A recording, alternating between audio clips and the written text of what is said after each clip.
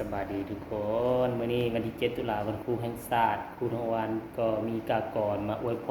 รครูลาวและบุคลากรทางการศึกษาลาวทั่วประเทศเนาะเป็นยังไงนะครับฟังกันเลยเด้อข้าขอนบนอบน้อมก้มกราบพระคุณครูก่อนเหนือ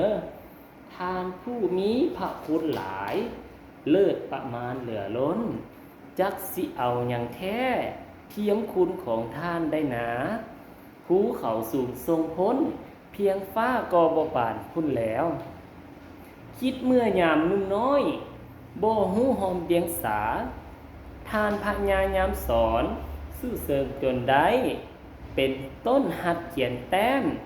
ลิงลายสัพพซอออมอ่านขานขาดข้อดีได้คู่สู่แนว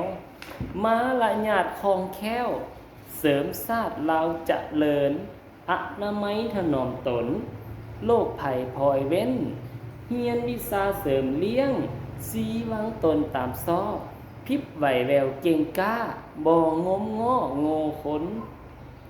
น้ำใจสูงพุงพ้นบ่บังเบียดเบียนไผในจิตใจบ่มีเยื่องใดก็สอนให้จึงขอย่อมือไหว้บูชาครูผู้ประเสริฐขอเถิดทูลยิ่งล้ำเสมอด้ามพ่อแม่คิงพูดแล้วขออวยพรแด่เจ้าครูเล้าทุกทวนหน้าอายุขอให้ยืนยาวมั่นหลายปีอย่าเหลืองลา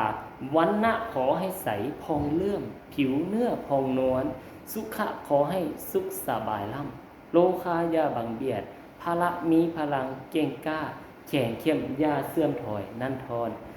ขออวยพรใส่อันประเสริฐเป็นยังครูเราทุกทั่วหน้าและบุคลากรทางการศึกษาเนาะขอจงมีสุขภาพแข็งแรงมีพละอนามัยที่สมบูรณ์เนาะปร